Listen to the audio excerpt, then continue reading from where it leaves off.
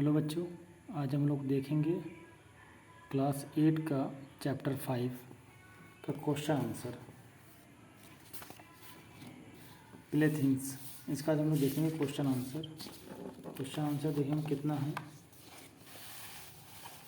5 1 2 3 4 5 6 question answer है। इसको आज हम लोग फिनिश करेंगे। तो देखते हैं पहला क्वेश्चन क्या है। Where was the child sitting, बच्चा कहाँ पर बैठता है। देखिए ए, the child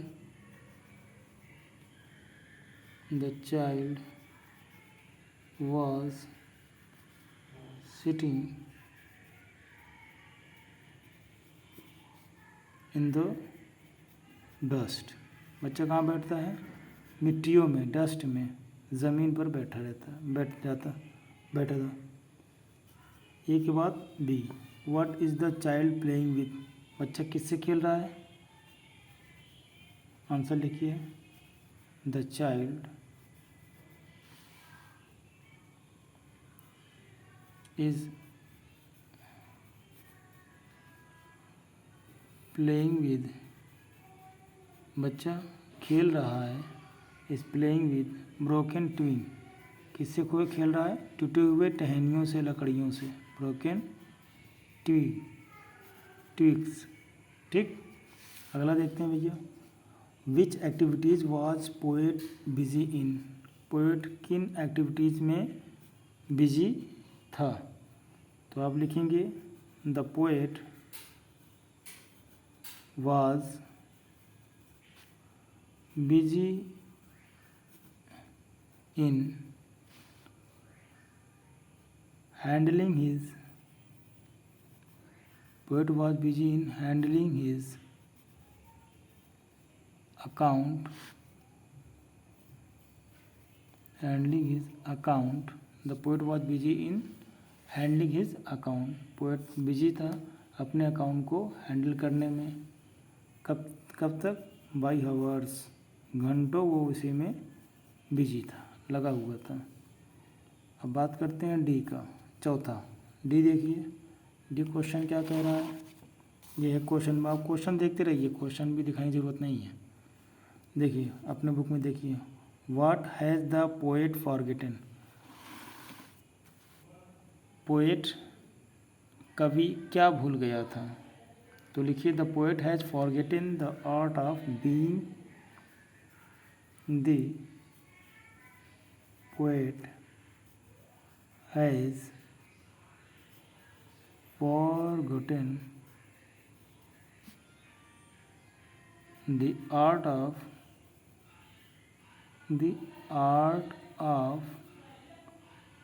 being, the art of being absorb मतलब होता है तल्लीन रहना, एकदम उसी में लग जाना। Art of being absorb in sticks and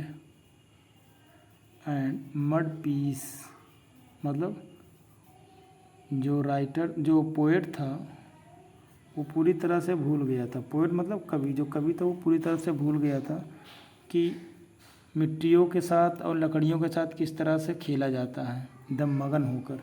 अगला क्वेश्चन देखें, डी हो गया। अब ई देखते हैं। What did the poet struggle to cross, poet कवि किस चीज़ को पार करने का स्ट्रगल करता है, मतलब किस चीज़ को पार करने का जद्दोजहद कर रहा है, संघर्ष कर रहा है। तो लिखिए आप, the poet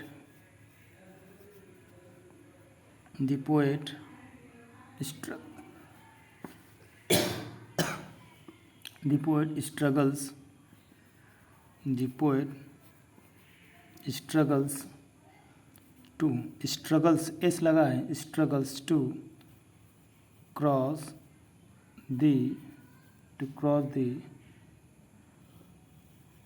C of desire,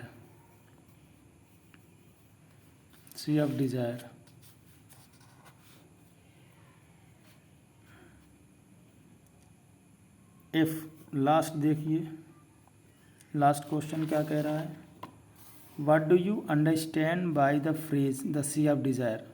sea of desire एक फ्रेज है, इसका मीनिंग है इच्छाओं का समुद्र। समुद्र हम कब इस्तेमाल करते हैं, मतलब कभी ना ख़त्म होने वाला। तो मतलब हमारी लाइफ में जो इच्छाएं हैं वो कभी ख़त्म हो सकती हैं, बिल्कुल नहीं।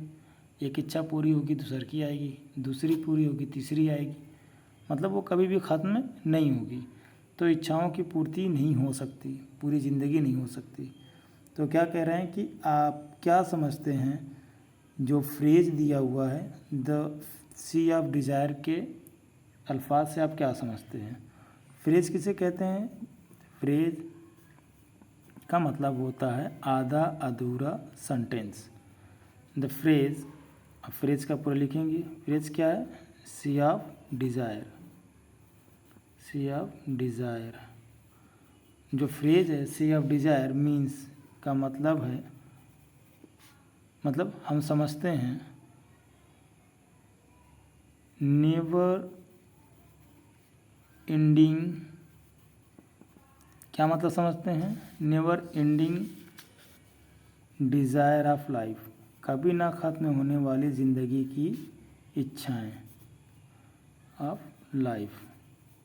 ठीक, इसको और भी तरीके से लिख सकते हैं, पर ये एक लाइन में ख़त्म हो गया है कि the phrase sea of desire means, जो फ्रेज है सी ऑफ डिज़ायर का मतलब है हम ये समझते हैं। क्या है कि आप क्या समझते हैं, तो हम ये समझते हैं, मतलब इसका मतलब ये है कि never ending desire of life, कि ज़िंदगी की कभी भी डिज़ायर ख़त्म नहीं होने वाली। ठीक है, आगे यहाँ पर दिया हुआ है और भी चीज़ें, जैसे कि राइट टू राइमिंग वर्ड लिखने का। तो डस्ट में आप राइमिंग वर्ड लिख दीजिए, हावर्स का राइमिंग वर्ड लिख दीजिए, थिंक का, सीक का। अगर आपको ज़रूरत रहेगी आप नीचे कमेंट में करिएगा कि सर राइमिंग वर्ड भी लिखवा दीजिए, राइमिंग वर्ड उसके नीचे का सेंटेंस, तो उसको भी हम लोग करेंगे। ठीक है, बाय।